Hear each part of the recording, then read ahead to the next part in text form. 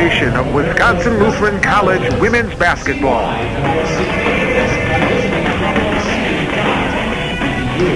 Warriors basketball is brought to you by Applebee's, Catalyst Construction, Cousins Sub, Dunn's Sporting Goods, Fisher Wealth Management, The Gordon Flesh Company, Holiday Inn Express, Quick Trip, Milwaukee Sporting Goods, Pepsi, Pizza Hut, QPS Employment Group, Time of Grace Ministry, and the Warrior Club. Now to courtside with Sam Seamers, here is the voice of Warriors basketball, John Hensler.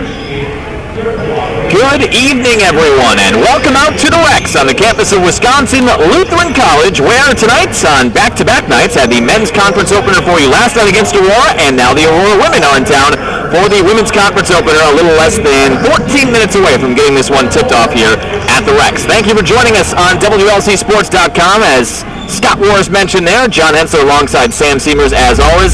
Sam, coming into tonight, Warriors have had a full week off. This seems like an eternity ago they played their last game. I had to go back and actually look at the box score from the last game to even remember what happened. It's been a while. Their last non-conference matchup was 1 week ago tonight against Silver Lake. They won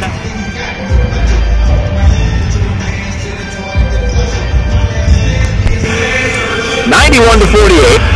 And really took care of business. One of those non-conference games, as Coach Knippel will talk about as well in his pregame conversation. It was one of those games he set up. Silver Lake and Wisconsin Lutheran College right now are just at different junctures in their program history. Silver Lake trying to build themselves back up. Wisconsin Lutheran College right now the class of the MAC. They went in, they took care of business. Good tune-up for conference play. Yeah, I think exactly as you mentioned, Scott. I think that one was specifically scheduled to be a nice tune-up before the long break. Nothing too complicated after they had those tough games in that early opening weekend. But I think it accomplished exactly what they wanted to do. They've got a lot of people in, then got them off on the holiday break. And the other storyline here is that Chrissy Day will be having her surgery coming up tomorrow. Again, Coach Knippel will discuss that as well at length in the pregame conversation. But I think ultimately he felt pretty good. I think you never want injuries to happen. But again, going into a game like that, we had a chance to see a lot of those backup players get minutes. You had Melissa Clement there for a while. Bethany Unkefer actually tied for the game high in points, 12 points last week Wednesday. So I think another good position there when you play a team like Silver Lake that you knew you could probably take care of here at home. You also got a lot of those players that are going to be seeing minutes now. The bench is going to shorten up a little bit with Chrissy Day out, I would guess in all likelihood until the end of December, probably coming back from Christmas break. But good to see those players get experience. I think they acquitted themselves pretty well last week. Yeah, I think it was a good opportunity for the really women coaching staff too to get kind of a game situation look at some of those younger players and kind of their first real hardcore game action that they've been seeing, and I thought they handled themselves very well.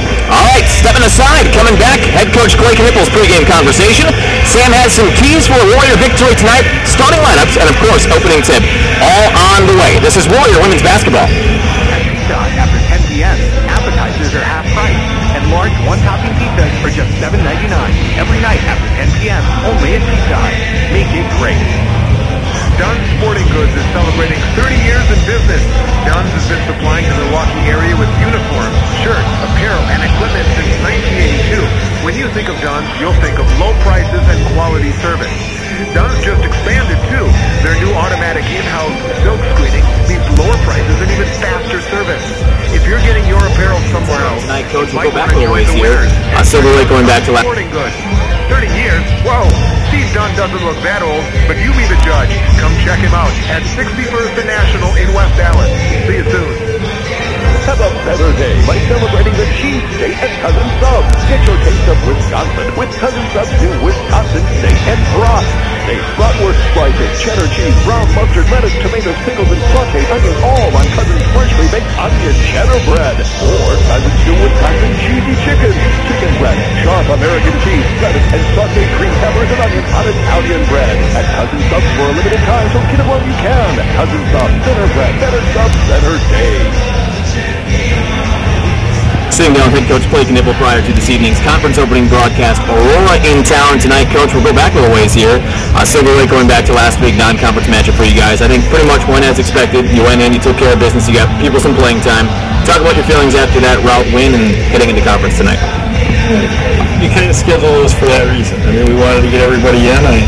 I scheduled that game, but you're not going to get as many fans the night before Thanksgiving, but we knew they weren't a very good opponent. I mean, they weren't going to be that good. It was going to be a little bit of an easier battle for us. That's what happened. I mean, we struggled a little bit early, but then as we started going and running, we just ran into the ground basically. And by half, it was 30 points, and it was good. Good to get everybody in. Got everybody kind of a little bit of a feel. And you know, after DePaul, after that loss, getting that victory is good for us, and I think we're ready for conference. Talk about, you know, Christy Day out with the injury. I don't know if you can give us a status update on her quick too, but had a lot of players get some playing time. I think, you know, never want injury to happen, but I think before that kind of a game it helped out. You got Unkefer in there getting 12 points. Seemed like a lot of players got that comfort feeling of being in that kind of rotation, which will shorten up now while she's out for a while. What were your feelings on the players that filled in, and what's Chrissy looking like here down the road? You know, I think for Chrissy, she goes in for orthoscopic surgery, 1-day surgery tomorrow at 2 o'clock. You know, they're looking like that'll go, you know, well, and we'll see. You know, we'll see when that's done. But they say 2 to 4 week recovery. You know, so we're hoping with Chrissy how hard she works, and you know, we're hoping her body will recover in 2 weeks, and then she'd be ready for Concordia Chicago. That would probably be the earliest time she'd be back. But we're not going to take any chances. If she's not ready for that, we'll just wait till after Christmas.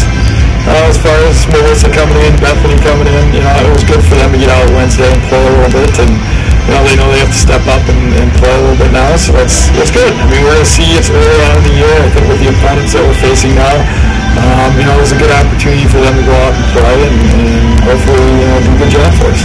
All right, you start conference tonight, the 4 back-to-back defending champions. Always fun to say that, I'm sure. And Aurora's in town tonight. New for first-year head coach, Ali Avintosh, and a couple of standout freshmen they have out there through 4 games. The 2-2, and both those freshmen, I think one averaging 13, one averaging about 17, only through 4 games, but still pretty impressive for 2 freshman guards. What do you look forward tonight in the conference opener?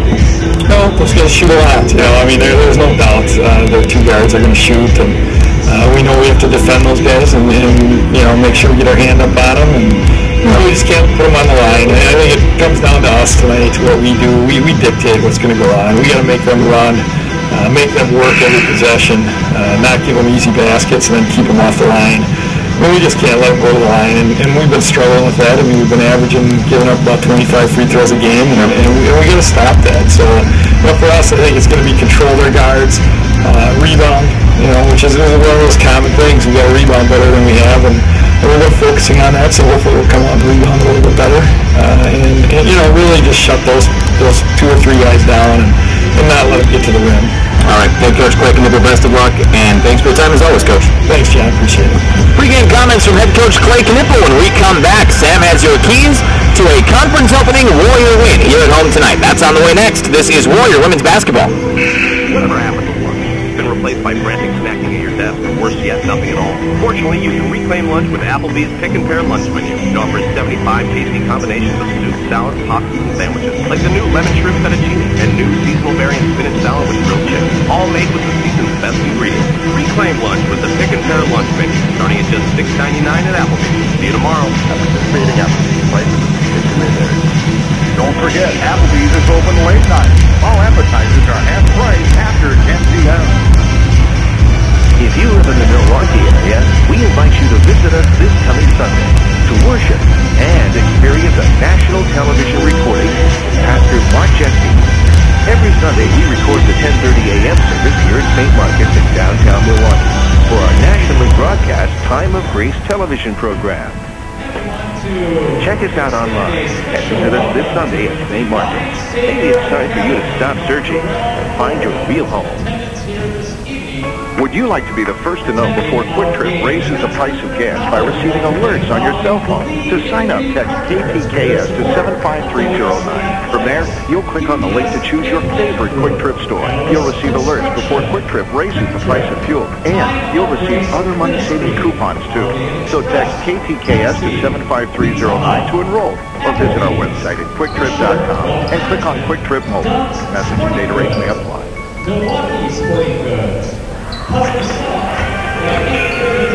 Back at the Rex, a little less than 5 minutes from getting the conference opener underway for the Warrior women. Aurora Spartan women in town. Warrior women, it's almost the exact opposite from last night. Last night, the Aurora men picked to win the NAC South. Warrior men picked to finish last. For tonight, Warrior women picked to finish first. Aurora women picked to finish last in the preseason prognostications. But again, those always vary at the end of the year. Those are the things you look at to talk about before the season starts, but it almost never ends up the way you expect it to with those preseason rankings. But Sam, important to get off on a good foot here tonight nonetheless. What are some keys for a Warrior victory tonight? All right, first key for the Warrior winning tonight, Coach Knipple mentioned it in his pregame conversation with you, John. First, those two young freshmen into mistakes. They haven't played too many games here at the collegiate level, but they do shoot the ball quite a bit. As he said, between the two of them through their 4 games, they've shot the ball 100 times, although not for a very high percentage, just making just over 35 of those 100 shots. So they shoot under 40%. They do put the ball up a lot, but I think the Warrior guards will have a tough assignment all night long to keep those shots from coming anywhere close to the basket. The other thing I got is Big's got to have a big night for the Warriors tonight. They will outsize and probably outmuscle many of the starting lineup for the Warrior Spartans. The tallest person on the roster for the Warriors is number 44. She's 5'11", and you got Kay Therma 6'1", and then you got Schultz at 6'3", so they'll have a significant height advantage that they need to take care of tonight. And then the other thing I got, just a little side note, let's get that Siobhan Dillon 1,000 points out of the way. That's been hanging around for a little bit longer than I think she would have liked. So if we can get that out of the way, get a hot night, and put up that, 14 points? Away, yep. That's well within her reach, so hopefully she takes care of that tonight. Yeah, she was getting pretty hot against Silver Lake, and you kind of felt like if they would have left her in that game, there was no reason to with the way the score was, and you don't want to risk injury, but you felt like if she played the minutes she would normally play, probably could have gotten it last week Wednesday, but I think you're right. I think obviously on track, if you have a decent enough shooting night, 14 points should be attainable for Siobhan Dillon. I wanted to ask you, from a player perspective, this is a team the Warriors have kind of worked over in recent history, on the road, at home, regardless of where they've been. They've really taken care of Aurora. How important is it for a team that's had the winning culture the Warrior women have had here for the past couple of years? You don't want to fall into that, well, here comes Aurora, we've beaten them the last couple of years, it should be the same type of deal. Aurora's got a first-year head coach, and as you talked about, they've got 2 outstanding freshmen, only 4 games into their collegiate careers, but still pretty head-turning stats in terms of points produced from those 2 players. How important is it not to get, I don't want to say lackadaisical, but to let your guard down against a team that you've taken care of the past 2 or 3 years? It's something you've got to watch out every game you play. I mean, the sport of basketball is one of the easiest sports to get upset on if you're favored in a match. All it takes is 1 or 2 people on your team to get the hot hand, and it can be any given night that you can go down. That's why March Madness and the Division I level is so exciting for that very reason. But you got to come prepared every night and give it your all, because you never know what the other team's going to throw up and what's going to go in for them. All right, the Warriors and Spartans are a little less than 2 minutes away from tip-off. A quick reminder, I don't think we mentioned this at all this year. If you want to email us, you can. WLCsports@WLC.edu. That will give you a link to us, and we get some emails in our inbox if you send them in. So if you want to say a shout-out or say where you're listening from, I know we've got, on the Warrior women's side in particular, a lot of fans and family that listen all across the country, so let us know where you're at out there. Shoot us an email to get a chance here tonight. Step aside, take a break. Coming back, we have your national anthem, starting fives, and the conference opening tip. Spartans and Warriors is next. This is Warrior Women's Basketball.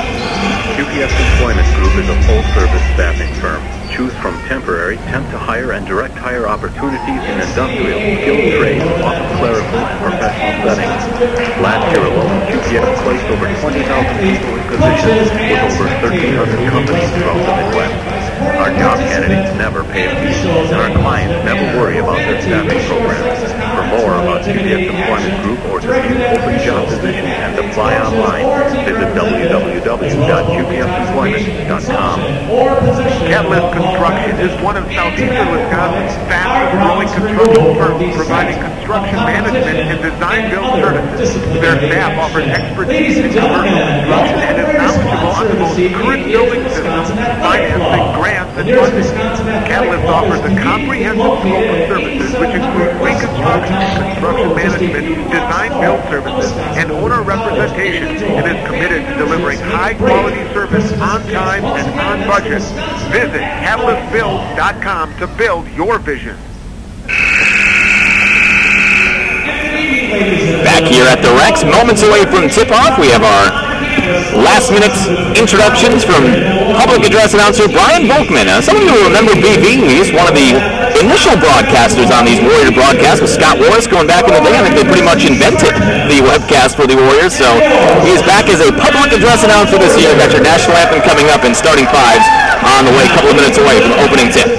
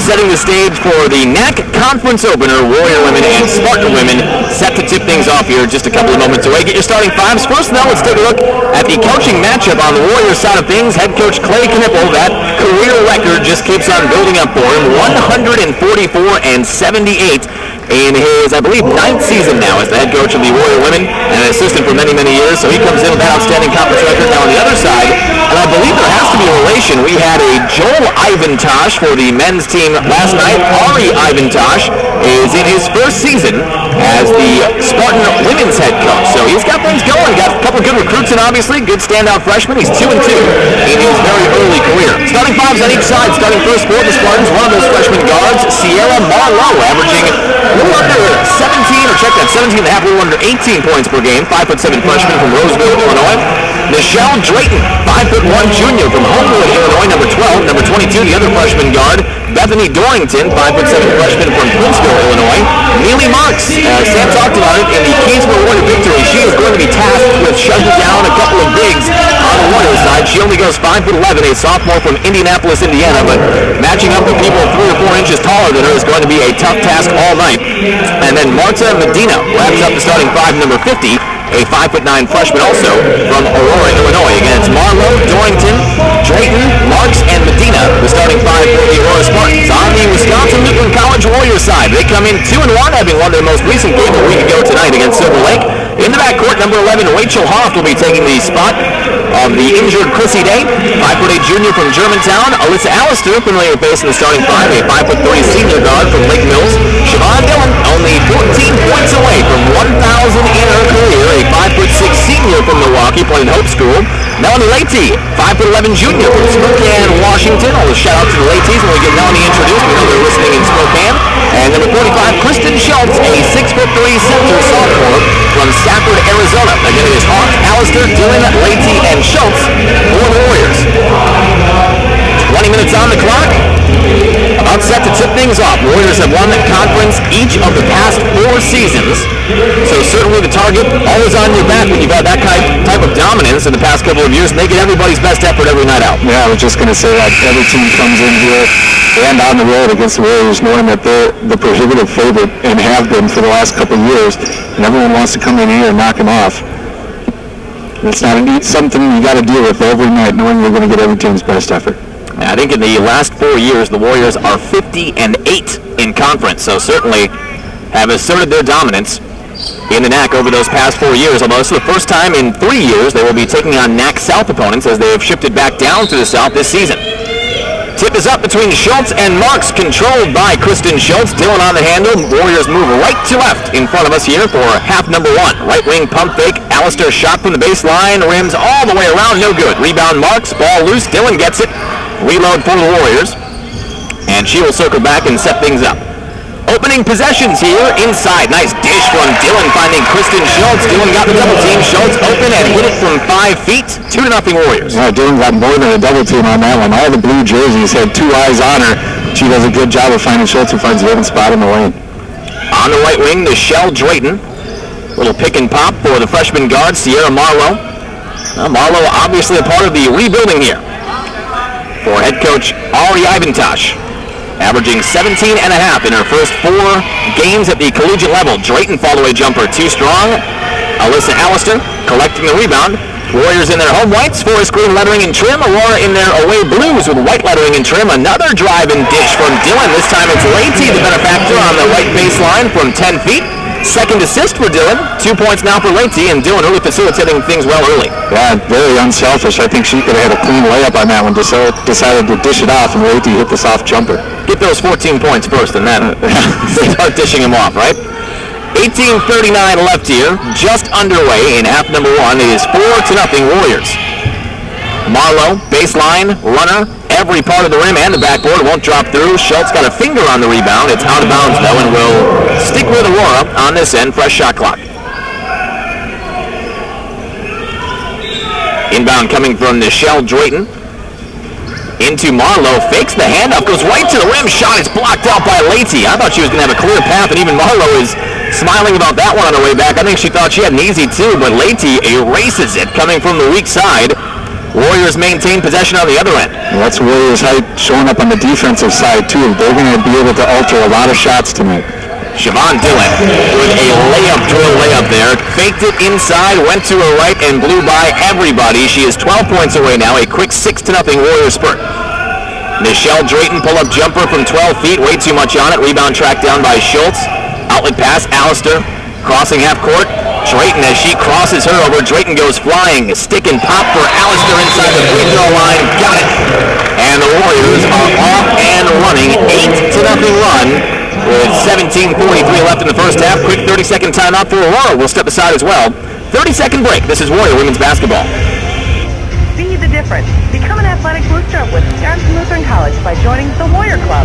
Benefits begin at just $50 for individuals and $75 for families. Who can resist free admission to all home athletic contests, such seating in the rec, insider newsletters, and discounts on Warrior wearables and sports camps?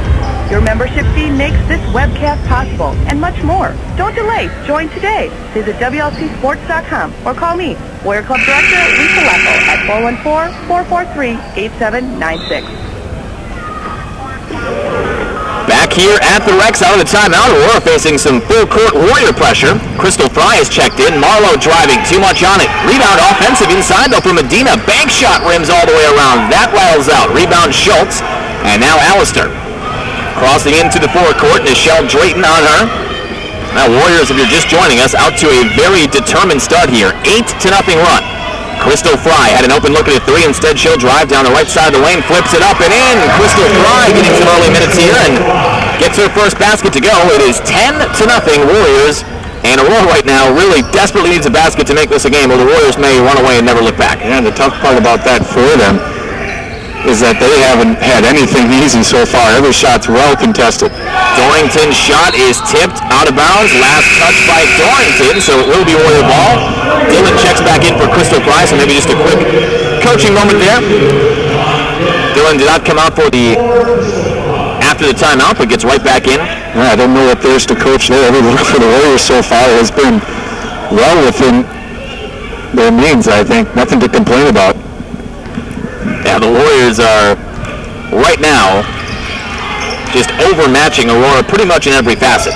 Crossover, Dylan just lethal. Wrap around inside, turn it over. Bad pass. Medina can go all the way. She has nobody in front of her. Allister at the last second tips it out and nearly saves it.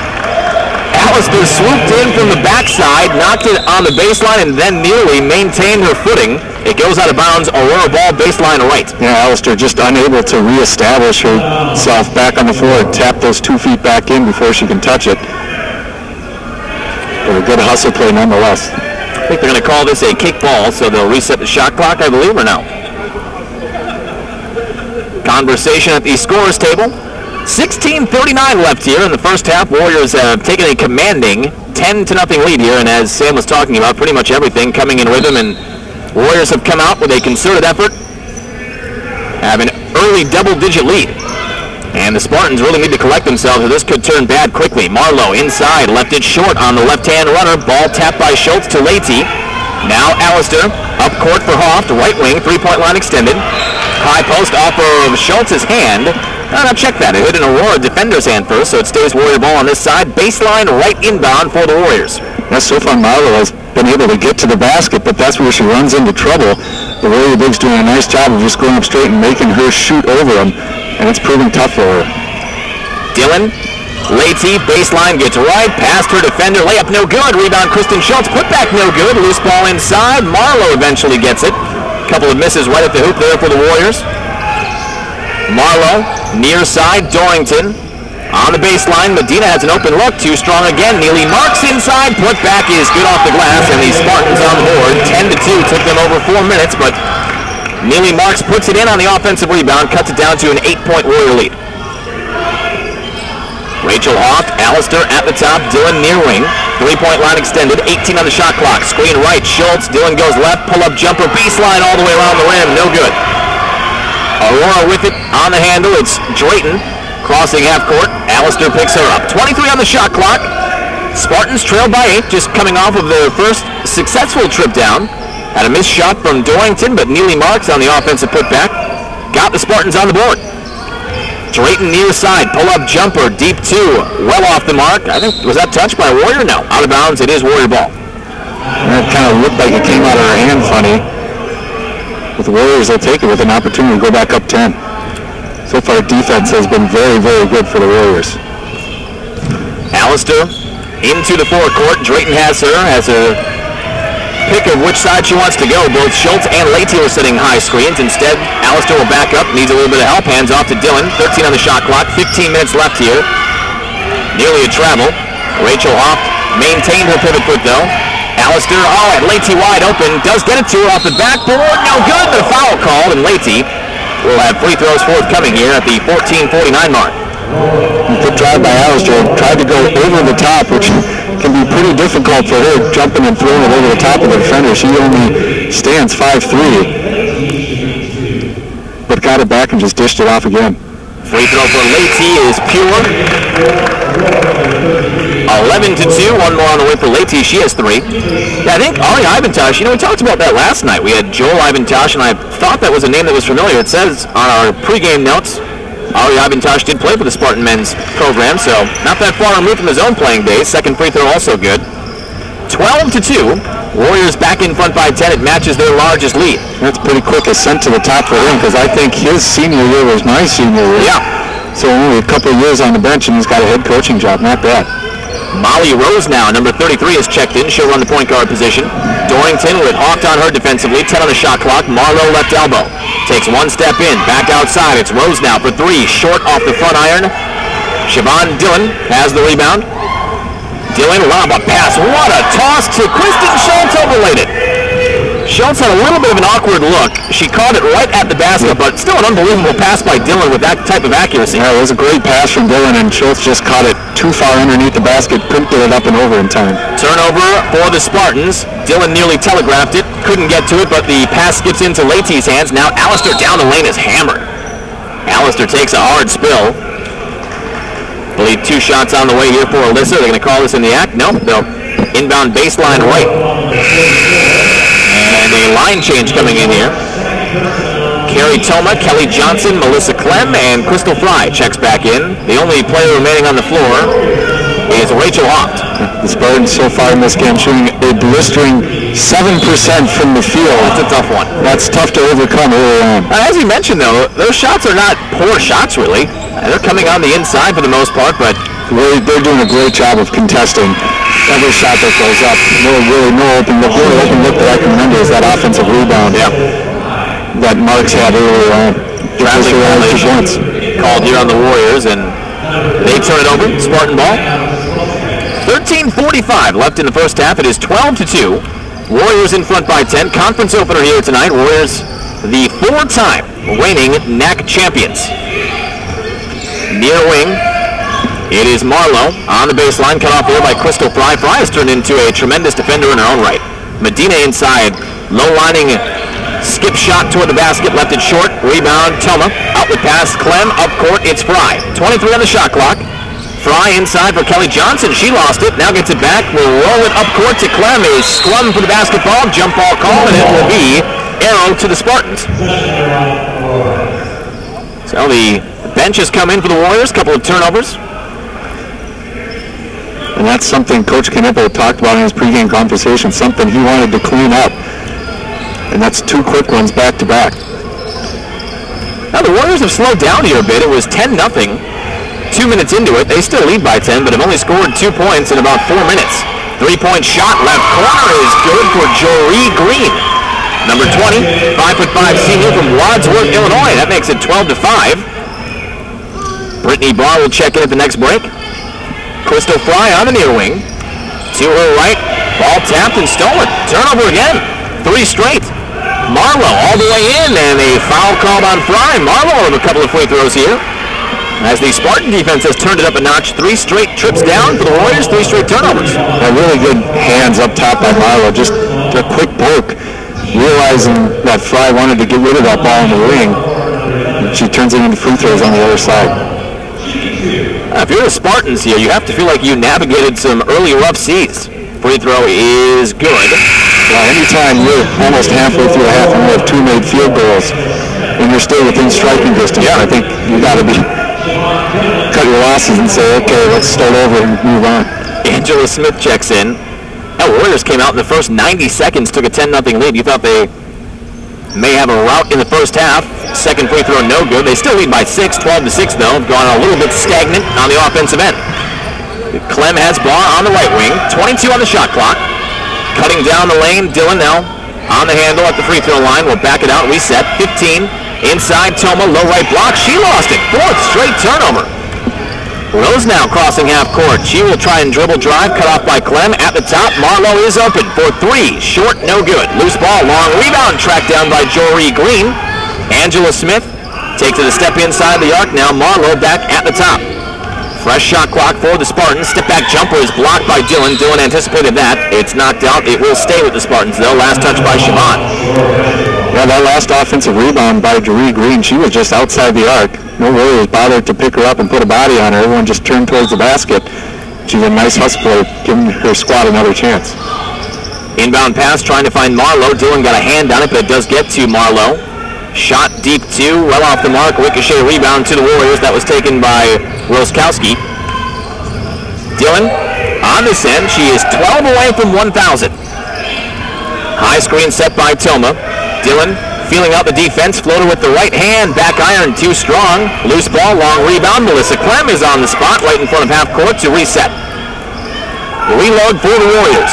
Brittany Barr, right wing. High screen set by Johnson. Toma finds Clem in the corner. 3-ball corner pocket halfway down off the mark. Rebound. Toma takes a hard fall.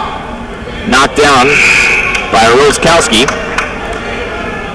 And this will be a foul. Inbound will come on the baseline. 3 team fouls. In for Aurora is number 45, Shay Jenkins, a 5'4" junior from North Chicago. Now the Warriors here have really been a rough patch offensively. They had 10 points quickly, and they have only had 2 in about 6 minutes here. They lead by 6. That'll help. Inbound pass, Dillon right to Barr, and nobody was in front of her. Point-blank range, Brittany Barr puts it home, 14-6 Warriors. Now, that's such a tough pass coming from outside the W on the Warriors on the baseline and bouncing it all the way across the lane to a wide-open Barr, and she finishes it. Bad pass from Rose now is taken by Barr. Turnover Spartans. Clem, top of the key. Will set things up. Under 11 now, first half. 19 on the shot clock. Brittany Barr directing traffic. Handoff for Dillon. Wrap around in the lane. Picked up by Jenkins, and Jenkins got too much of the wrist. Thought she had a steal. Instead, that'll be the 4th team. First on Shay Jenkins. Inbound will come from Dillon on the baseline. And I think she thought she got away with it, but it was a late whistle almost after she had taken a dribble, after she corralled it. But the right call nonetheless. It looked like she got a lot of arm. Inbound will come from Kelly Johnson. Into Brittany Barr. Dillon with Jenkins on her. Oh, Jenkins is putting some ball pressure on Dillon. Now Jenkins called again. Bodying up, so that's 2 quick ones on Shay Jenkins. I think Anytime a defender comes in, Dylan is so quick and so noted in the conference for being a dominant player in many regards that I think sometimes you see a player come in, be a little over-aggressive, trying to shut her down. I think that's what happened with Shea Jenkins there. She thought she could match up and gets two quick ones and now goes to the bench. Yeah, two pretty easy calls to make, too, if you're a referee. First one kind of got her across the wrist when she had the ball up top. And then that second one, you can't put two hands on a defender. If you're a defender, you can't put two hands on an offensive player. That's an automatic hand check. Ball knocked out, sticks with the Warriors. They lead by 8. 10:40 left, another turnover. Clem thought Dylan was going to cut back to the top. Instead, Dylan cut toward the basket, and the ball sails right out of bounds. Spartan ball. Well, the early smiles we saw from assistant coach Doris Ram and head coach Clay Knipple are gone. They lead by 8, but the last 7 minutes have not been real pretty on either end. Yeah, it's been a struggle since that about 10-point mark as you mentioned. Nothing's coming smoothly right now. Alistair will check back in. At the top, open look at a 3. Little off balance to the right side. Rebound cleared by Clem. Shot was taken by Angela Smith. Dylan near side. Stop and go in the lane. Knifing in between defenders. Lays it up with the right hand. That is 4 for Dylan. She is now 10 away from 1,000, and that gives the Warriors back their 10-point lead. Yeah, perfect game for her to just take over and use her athletic ability to get to the hole. So far, Spartans have shown no ability to stop her on the move. Little pick and roll was stepped in front of by Brittany Barr on the steal. Toma the other way, flips it up on the baseline with the right hand, danced all the way around the rim, just would not drop. It's knocked out by Aurora, though, and will stay with Wisconsin Lutheran College. Back in is number 40, Marta Medina. Also, Raven Smith, I believe, number 30, has checked in for the first time. Smith, a 5'9" freshman, a very young team for Aurora. They do have a conference win, though. This is not their conference opener. They're 1-0. Inbound finds Alyssa Alistair, 16-6. Warriors by 10, 9:34 left. Crossover, Dylan nearly had a pocket pick. Double teamed, outlet pass to Barr. 20 on the shot clock. Dylan open in the right corner. 3-point basket, buries it. That's 7, halfway there. 19-6, and the Warriors have their largest lead at 13. Yeah, visibly frustrated Siobhan Dylan after that shot goes down. You got a 13-point lead, and I think she feels like they could be up by a lot more.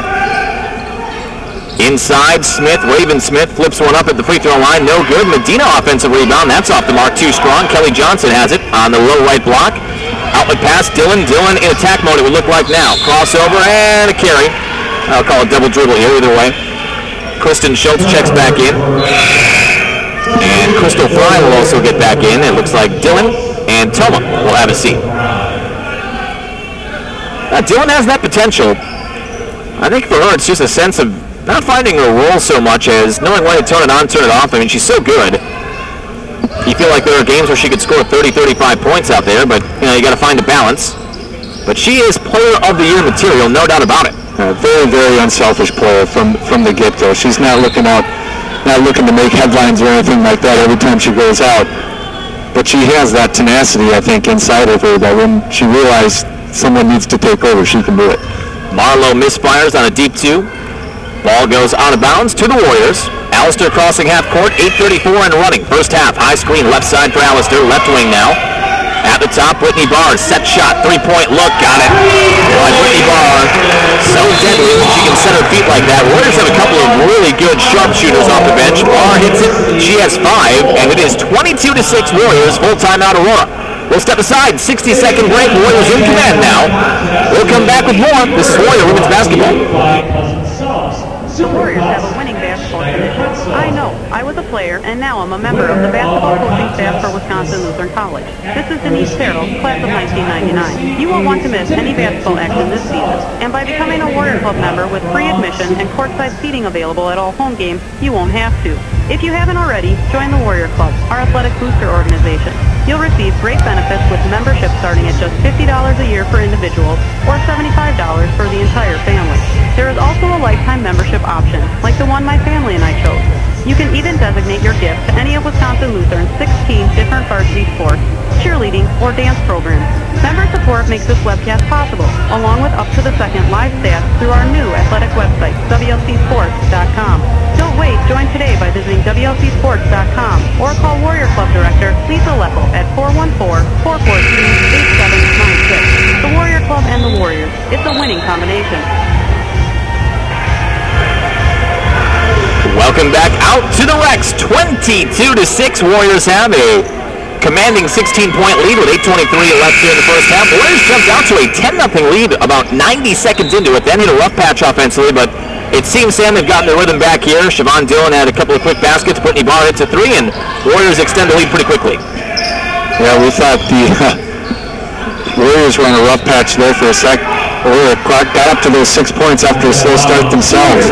But since about that 12-minute mark, they have been ice-cold as well. They're on a 4-minute drought themselves, which has helped. Missed shot again for Aurora on the inside. Marlowe finding it tough sledding. Bad pass, nice. Step in front by Medina. She saw that coming. 2-on-2 break. Brittany Barr is back. Medina pass is deflected by Alyssa Allister out of bounds. So saves the break. Melanie Leite checks back in for Kelly Johnson. It will be Aurora ball underneath. Yeah, Medina saw that one coming, but even if that ball gets by here, Schultz had no idea that pass was coming, and it would have gone straight out of bounds anyway. Drayton has it, left elbow, 3-point line extended. Dorrington, little give and go. Medina very deep too, high off the backboard. Long rebound goes into the hands of Drayton. Not much you can do about that one. Long ricochet back beyond the arc. Marlowe down the lane, throws it up with the left hand, little wildly, goes right out of bounds, and it will be Warrior ball. Well, 7:36 left here, 22-6. Warriors in front. Hoff checks back in. Barr checks back out. Barr, though, productive minutes, having an impact in this one. Shot on the inbound pass and a 3-point basket. She hit 5 points off the bench for Brittany. Allister into the forecourt. Drayton picks her up. Near side, 3-point line extended. Stop and go on the baseline. Cut off there. Rachel Hoff wide open. Step back 3. Rattles out. No good. Rebound inside goes to Marlowe. Marlowe flips it up court for Dorrington. Dorrington back to Marlowe at the top.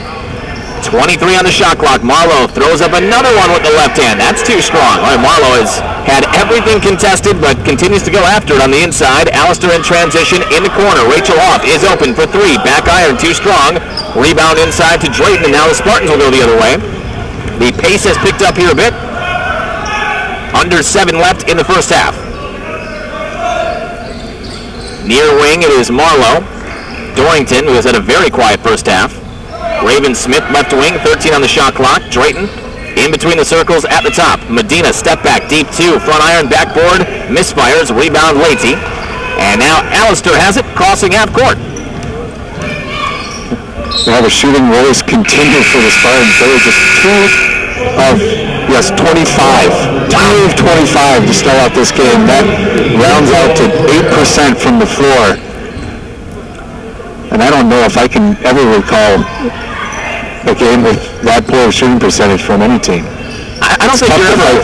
Yeah, I don't think you're ever. As the Warriors turn it over again. Baseline pass was stolen. Drayton down the lane, throws it up, wipe it away. Shot finally went down for him, and they'll take it away on an offensive charge. As Allister was standing in, that is the 6th team on Aurora. Just 1 team foul on the Warriors, but I don't think there's too many times you're happy being down 22-6, but when you're 2 of 26 now, I think maybe you'll take that as we have a buzzer going off here in the middle of play. As the scorekeeper wants to address something. I think they just want to make sure the basket does not count.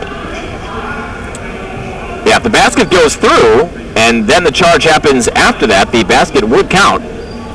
So they're discussing that now. I think they are going to keep it off, and the Warriors will just inbound and reset here. Yeah, the ref at the score table kind of gave that wipe away motion that the ball was still in her hand when she had contact. You need to give us one of those buzzers when we want something addressed. Something clarified.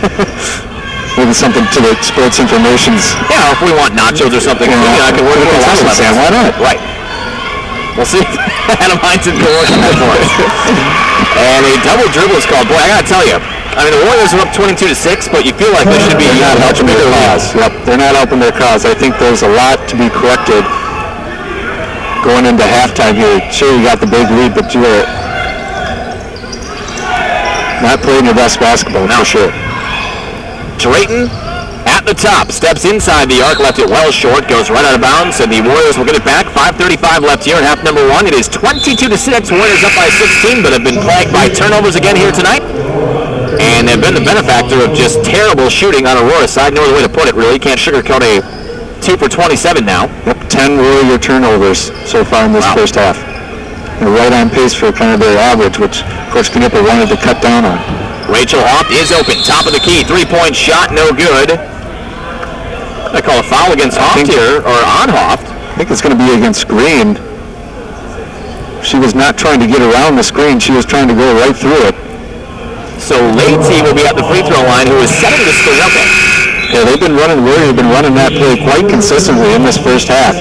Really getting good looks from Leite and I think it's Schultz setting that high screen off, having the Warriors shooters come up from the baseline, and Warriors had trouble fighting through the Warrior big ladies on the screens. So Leite hits the front end and earns the back end. Leite having a nice night now, 5 points for her. And those have been wide open three-point looks too when they step behind that screen. Getting shielded off and have a nice rhythm jumper. Second free throw also in, so don't get the three, but as they're trying to battle their way through Leite's screen, Leite gets fouled, takes advantage of the 1-and-1. 24-6, 6 points now for Leite. Dorrington, tough cross-court pass, hits Jory Green looking for her second three. No good, long rebound though is collected by Rose now, right back to Green. Left-hand handle on the baseline. Off to Smith, Rose now at the top, traveled. Well, Rose now would have had a wide open look at the three there. Obviously didn't feel comfortable taking it, but on the ball rotation of a long rebound, she was wide open. That could be the freshman jitters.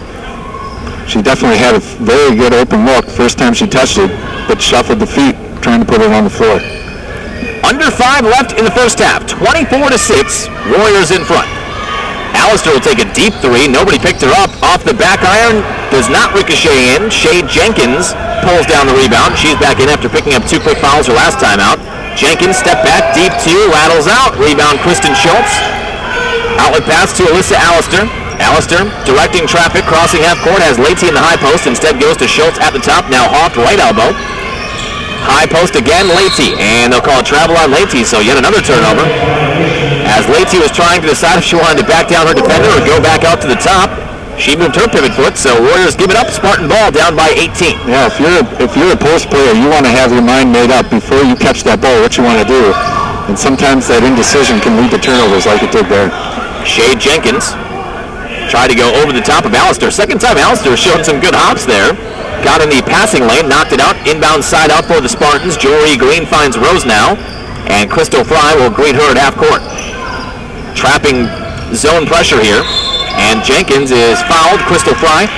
That is just the second team foul on the Warriors with 4:12 left in the first half. Really good testament to the good, clean defense that they have been playing. They had struggles on the offensive side lately, or in the later part of this half, but they've made up for it on the defensive side. Every shot is contested. They're playing good defense up high, and I think it's showing on the scoreboard.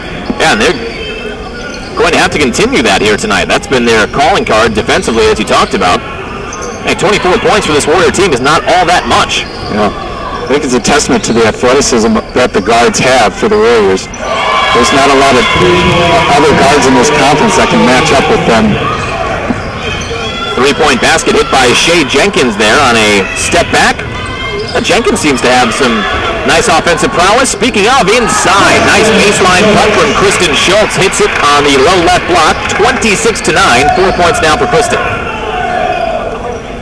Jenkins has it, trying to break down that pressure. She squirts in between Fry and Allister. Has an opening in the corner. Jory Green will take a deep 2. Front iron, no good. Rebound inside. Fry brings down the hammer on number 23, Rachel Rivera, but too much contact, and this will be a couple of shots for Rivera. That might have been a little bit of a frustration foul by Fry there. She got kind of boxed out on the offensive glass, probably wasn't too happy with herself about it, and made contact on the shot. Fry has been a really good first lady off the bench type of player. Free throw takes a trip around the rim, no good, but some of our listeners will remember last year, Caitlin Keel was the NAC Freshman of the Year. And she transferred in the offseason to UW Oshkosh. So that's a player I think you were counting on having that you don't have, which happens in college. I mean, players transfer for various reasons. But then everybody has to step up, and Crystal Fry has been that player this year so far. Second free throw is in. 26-10, Warriors by 16. 3:10 left. Dillon, hop step in the lane, has Leite open on the baseline. In rhythm, front iron, backboard, no good. And now a foul called on Kristen Schultz on the rebound. That'll be the 15. Much to the dismay of the Warrior Club. And like that call. Warrior Club never afraid to voice their opinion, which is good. I don't know how many of those sitting on the sidelines are actual members of the Warrior Club. But well, they're there. They occupy members of the 6-man, maybe. Yeah, right. Moving down to occupy better seats. They may be on the court before all is said and done. 26-10, Warriors by 16, 2:40 and running. Rivera, hand off to Rose now at the free throw line. Shea Jenkins left elbow. Creates a little space with her offhand and hits a far-away three-point jumper. Oh, Shea Jenkins has hit a couple of threes. Might have got away with a little forearm shiver to create space, but she is not afraid to put the ball up. And looking over their stats, she has not shot the ball at all this year. She's only played in one game. She's got a little swagger to her as well. As a little shoulder shimmy after she made that. You need that sometimes. And now another turnover for the Warriors as Alistair traveled. Man, those are piling up. 2:21 left here in the first half. It is 26-13. Again, you can't argue with the score, really. Warriors in front have doubled them up, but the offense has been very disjointed in this first half. And now a travel on Aurora. They'll give it right back with 2:11 left. Kelly Johnson is back in. It is Johnson, Toma, Dillon, Hoft, and Alistair out there right now for the Warriors as they try to make a strong push to close out this first half. Screen set to the left side. Kelly Johnson, Rachel Hoft, pump fake at the top. Got Jenkins up in the air. Now Hoft will drive down the lane. Contact. This will be shots either way. I don't believe it's on the shot, so it'll stay 1-1. No, they'll call it 2 shots. So Rachel will be at the free throw line for a couple here, looking for her first points of the night. You gotta tip your cap to Aurora here tonight. Free throw is in, and they really had their doors blown off early. 10-0 run, first minute and a half, and they stabilized for a bit. Second free throw also good, 2 for 2. But they are playing with a different attitude than we saw last year here at the Rex. I think it was the final conference game of the year, and Aurora maybe lost by 40 or 50. It was all Warriors all day. But at that point, you saw the Spartans kind of not mail it in, but it's tough when you're down by that much to maintain focus and run your offense and run your defense. Right now, they seem to have a little more of a positive attitude and going to keep fighting here. Shot no good. Goes out of bounds, Warrior ball. I think that's maybe the effect of a first-time head coach, first-year head coach, and some freshmen who didn't really go through last year. You like to see that. Yeah, you could say they don't know any better. Right, they've not been in this situation. And they're going to be scrappy all year. Pick to finish last in NAC South Division, but I think they will be feisty as this year goes along. And those players will only get better. The more comfortable they get, the more minutes they get. Yeah, I doubt those 17 points a game and 13 points a game is going to go down the more years they're in the program.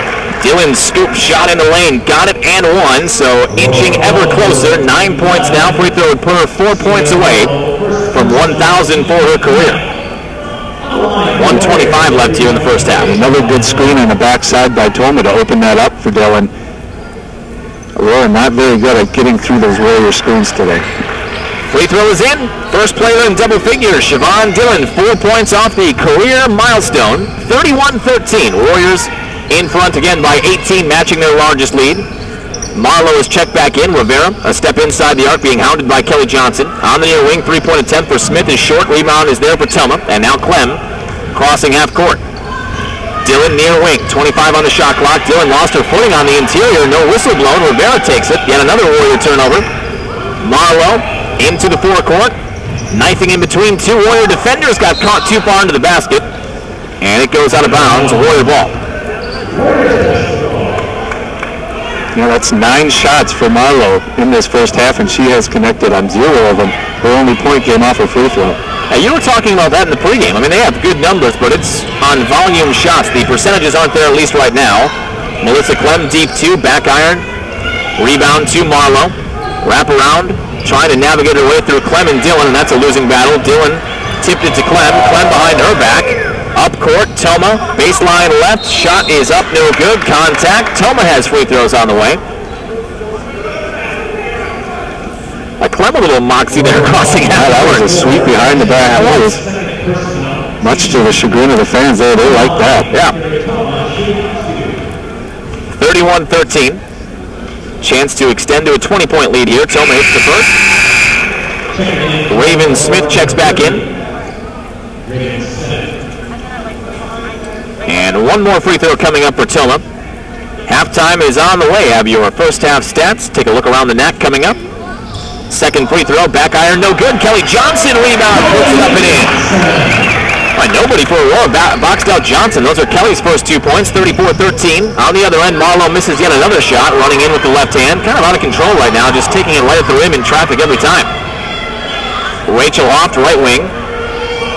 Ari Ivantosh looking for a call, I think. Kelly Johnson, all-the-way jumper on the baseline.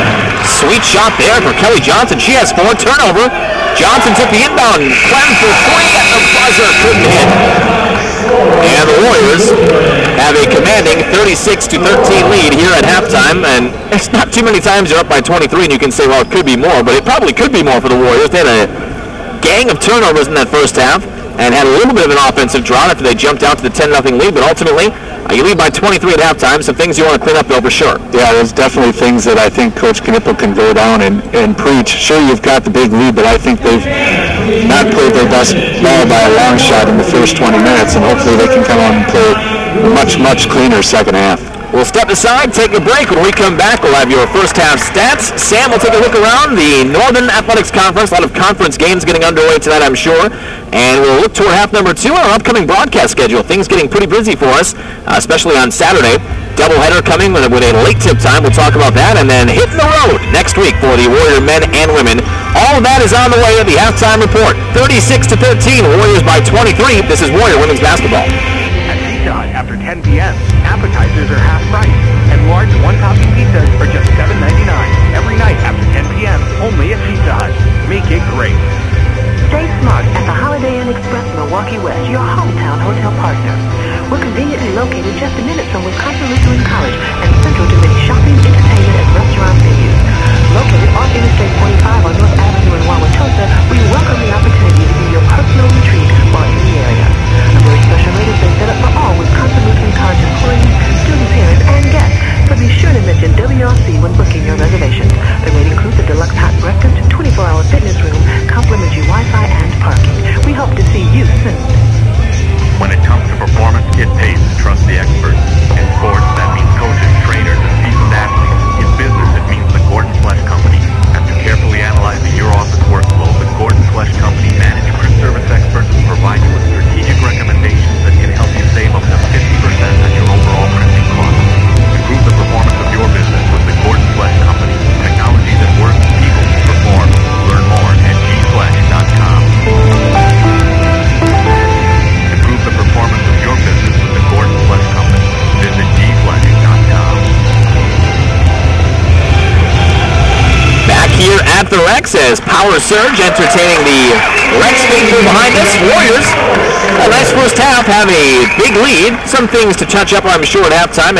Turnovers were a problem in the first half, but you can't argue with the score right now. Warriors 36, Spartans 13. With that, Sam, let's take a look around the Northern Athletics Conference tonight. All right, John, just like we did last night with the men's side, we also have a new reigning women's Northern Athletics Conference Student Athlete of the Week. This one goes to Alverno. Inferno's guard, Devin Gorman. She led the Inferno to maybe an upset of the early part of this season, 69-50, a convincing victory over Concordia, Wisconsin. Wow. She led with a game-high 21 points. She also had 12 rebounds, a nice double-double performance from there, and they were tapped to finish last in the North. Yeah, in the NAC North. And imagine it is a big victory for that program, taking down what everyone thought would be the favorite, Concordia, Wisconsin. She shot 57% from the floor in that game, too, and 2 of 2 from beyond the arc. She also had 3 assists in that game as well. Taking a look now across the Northern Athletics Conference basketball scoreboard. All women's games tonight. We do have a couple of scores to report, and then can let you know all the other action that got started at 7 p.m. tonight that we did have. Women's basketball, Edgewood is at Marion. They are currently in control of that one, 39-25 at halftime. Also at halftime, Lakeland is at Concordia, Wisconsin. Concordia, Wisconsin looks to be on the rebound, 34-23. They have the lead at halftime in that one. Other games tonight on the women's side, Benedictine is at Concordia, Chicago. And let me look here, Rockford is at Dominican. Those are the 2 games we don't have any updates on at the moment, but all women's side action tonight on the 28th of November. In the standings right now, and just to piggyback off your point there, that is, we were talking about that going into tonight's game. Every season is different, and you've got, especially in the high school and collegiate level, you've got freshmen or players that really weren't a part of the program the year before that have no memory of what happened in prior years. And I think that Alverno game is a good example of that. And you got Concordia, Wisconsin, who is the NAC North favorites. Alverno, as he said, picked to finish at the bottom. That's the exact scenario we have here. Warriors picked to finish first in the NAC South, and Aurora picked to finish last. What, 19-point win? That is a good win. I was going to say, not just an upset, but a convincing upset. 19 points. Anytime you take down the favorite by 19 points, that's a confidence builder. It'll be interesting to see if they keep building on that or regress kind of back to what people thought was going to be the mean with it. Yeah, they find themselves atop the NAC North. Everybody with 1-0 records right now. The top three, Marin-Apple 1-0. They've only played one game. Alverno 1-0, as you mentioned, with that win. 2-1 record overall. Lakeland also 1-0. Got their first win in conference. They are 1-3 overall. Edgewood right now 0-0, but that'll change after tonight. They are 0-4 going into tonight. Concordia, Wisconsin, who lost to Alverno, 0-1, 1-2 overall.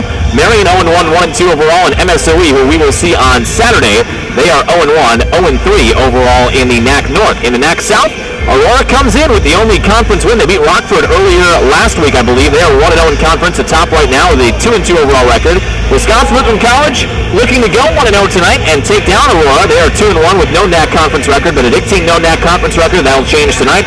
They are 0-4 overall. Concordia, Chicago, no conference record, also 0-4. Dominican, no conference record, also 0-4. Rockford, 0-1 in conference with that loss to Aurora. They also have an overall record of 0-4. So right now, not a lot of winning going on in the NAC South. Aurora and Wisconsin-Lutheran College, who are playing tonight, have all the wins. Combined 4 total wins for the NAC South, and Wisconsin-Lutheran College will look to jump out to an early season lead. If they can win tonight, they'll have a half-game lead over Aurora and perhaps set the tone for what could be their 5th consecutive conference championship. Certainly the talent is there, and everybody in the preseason thinks that's where they'll be. You hope that plays out that way. They have a 23-point lead right now at halftime. Step aside, take one more break. When we come back, have your first half stats on the way. This is Warrior Women's Basketball. Whatever happened to lunch? It's been replaced by frantic snacking at your desk. Worse yet, nothing at all. Fortunately, you can reclaim lunch with Applebee's Pick and Pair lunch menu. It offers 75 tasty combinations of soup, salads, pastas, and sandwiches, like the new lemon shrimp fettuccine and new seasonal berry and spinach salad with grilled chicken, all made with the season's best ingredients. Reclaim lunch with the Pick and Pair lunch menu, starting at just $6.99 at Applebee's. See you tomorrow. At participating Applebee's, price and participation may vary. Don't forget, Applebee's is open late night. All appetizers are half price after 10 p.m. Dunn's Sporting Goods is celebrating 30 years in business. Dunn's has been supplying the Milwaukee area with uniforms, shirts, apparel, and equipment since 1982. When you think of Dunn's, you'll think of low prices and quality service. Dunn's just expanded, too. Their new automatic in-house silk screening means lower prices and even faster service. If you're getting your apparel somewhere else, you might want to join the winners and check out Dunn's Sporting Goods. 30 years? Whoa! Steve Dunn doesn't look that old, but you be the judge. Come check him out at 61st and National in West Dallas. See you soon. Back here at the Rex, a 36-13 Warrior lead here at halftime. Get your halftime stats first for Aurora, and it is not pretty in terms of shooting. Neely Marks is 1 of 1. She's having a tremendous half in comparison. She's only taken 1 shot, but hit it. 2 points, 2 rebounds at the halftime break. Marta Medina is 0 of 7, does have 2 rebounds. Sierra Marlowe, who we talked about coming into tonight, the 2 freshmen who have kind of turned some heads early this year. Marlowe and Dorrington. Marlowe averaging 17.5 through 4 games. Dorrington a little over 13. Right now, Marlowe is 0 of 11. 0 of 1 from beyond the arc, 1 of 2 from the free throw line for 1 point, 1 assist, 2 turnovers, and 3 rebounds. Does have 1 steal in 14 minutes, but certainly a rude awakening right now for the freshman guard. There's just nothing going down, no open looks, and she's trying to find lanes inside, get on the interior, and maybe get to the free throw line, which I think head coach Ali Ivantosh was arguing for at the end as she's taken so many reckless drives to the lane. There's been contact, but I think the officials are not rewarding the type of driving she's doing down the lane. Yeah, definitely, as you said, kind of a rude awakening for her. I'm sure she hasn't played kind of that athletic backcourt of what the Warriors have so far this season, and they are forcing her into stuff that she doesn't want to take. And I think the bigger part of that is every shot is very well contested. Everything is kind of left hand, fading away. Nothing is a real strong move. And it's showing that all the shots are high off the backboard or hard off the rim. Not a lot of touch so far underneath. And I think that's due to the Warriors' defense on her. It's one of those learning experiences, huh? Yeah, I mean, that's not a lot of time to go through it, but I mean, that's what it is. Anytime you go 0 of 11 is bad enough as it is, but it's been, I think, even rougher 0 of 11 for her just from a nothing has even been close for her. So we'll see if she can correct that during halftime and maybe compose herself a bit. Always tough, though, as you said. Bethany Dorrington is 0 of 1. She's only taken one shot, no points, 1 rebound, does have a turnover. Jory Green is 1 of 3, 1 of 2 from beyond the arc. She has 3 points, 1 point from Rachel Rivera. Shane Jenkins is really the lone bright spot. She is 2 of 4 off the bench, 2 of 2 from beyond the arc. She leads the Spartans with 6 points in just 4 minutes, so you wonder if perhaps she has played her way into a bigger role here in the second half. She is certainly the only one who has been aggressively taking shots and hitting them. Also has 1 rebound and an assist so far on the night, but Aurora is shooting dismally. 4 of 36 for 11%. They have 75% of their baskets have come from beyond the arc, I guess. 3 of 8 where they're shooting 37, which actually isn't all that bad. 37.5% from beyond the arc, 2 of 4 from the free throw line, but again, overall, 4 of 36. That's really the only stat you need to know.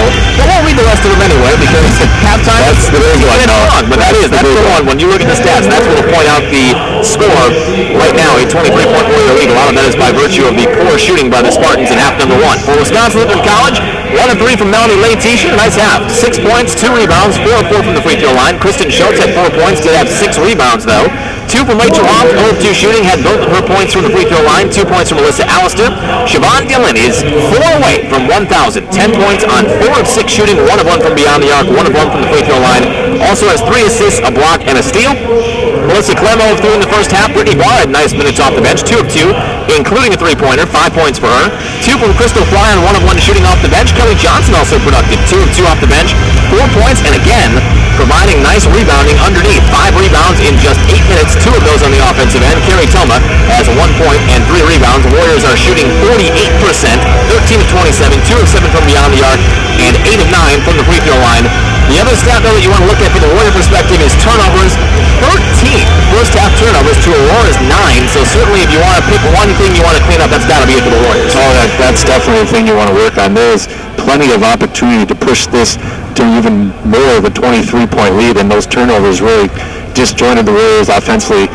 And I think that's going into halftime. I think that's something for sure the coaching staff addressed at halftime. Seeing that in their pregame preach, they wanted to clean that up. But they're well on pace to exceed their season average. They're averaging about 21 turnovers a game. Not good as it is, but they're on pace to exceed it at this point. See if they can limit that, although you would expect if things remain the same, a lot of backups will be in. That can lead to turnovers, so it just might not be a great night for that. But certainly, the only disconcerting stat, Warriors do have a 23-point lead despite those 13 turnovers. Step aside, take a break, come back, we'll look at the second half. Get your upcoming broadcast schedule as we are set to hit the road after being spoiled with a lot of home games here in the early broadcast schedule. That will change over the weekend and into next week. That's on the way. This is Warrior Women's Basketball.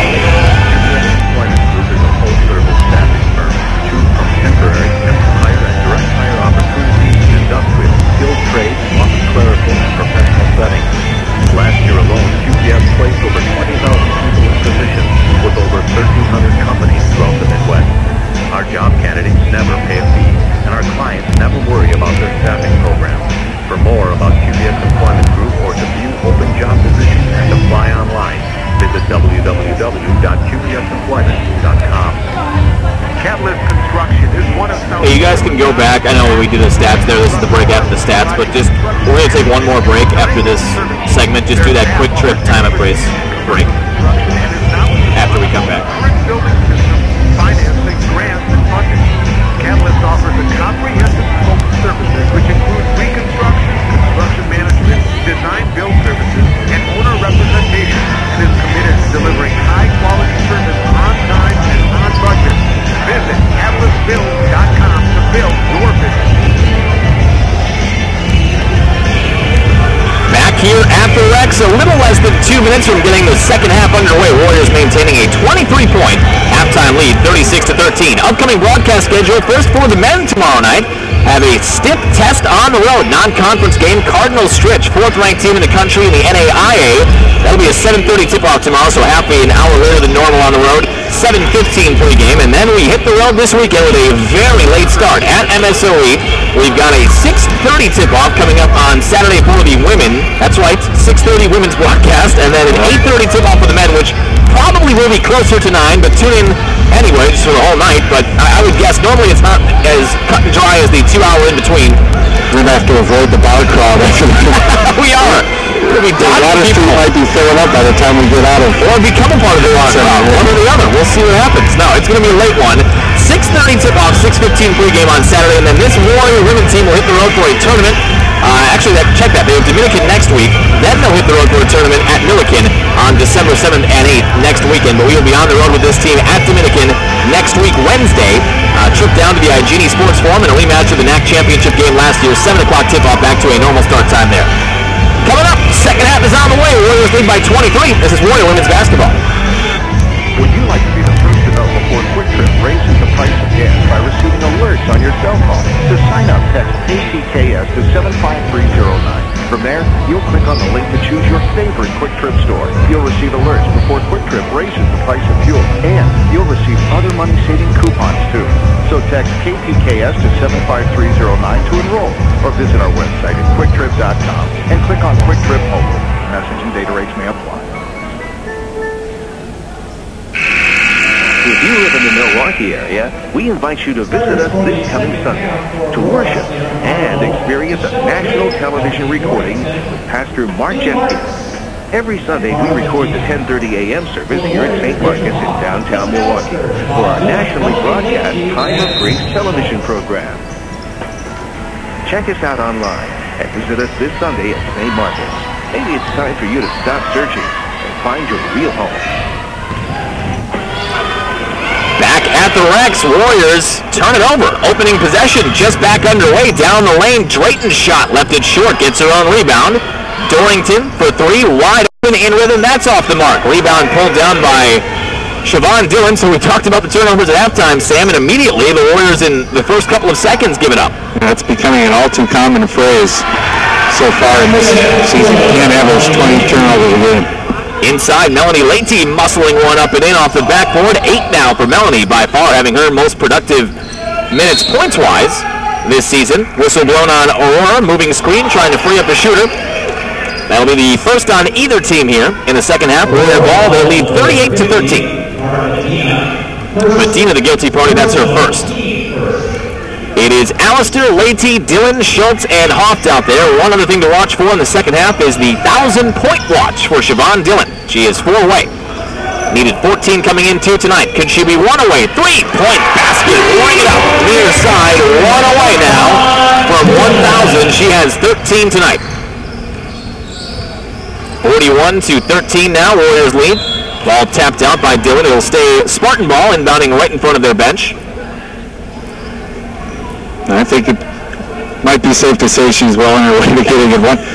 Just need one more point, and the way the Spartans have defended her this game, she'll have, I think, a couple more good looks for sure. Last year we had, I know you weren't a part of it, but Rachel Johnson was en route to 1,000, and I want to say it was against Aurora, and she had a free throw that would have gotten her that 1,000 point. It was right before the end of the first half, so he had a chance to, going into halftime, have that moment. And they called her for a line violation after she made it. So she had to wait till the second half to get it. Shot inside, rejected by Schultz. Schultz blocked that one basically with her elbow. Yeah. Rebound to Allister.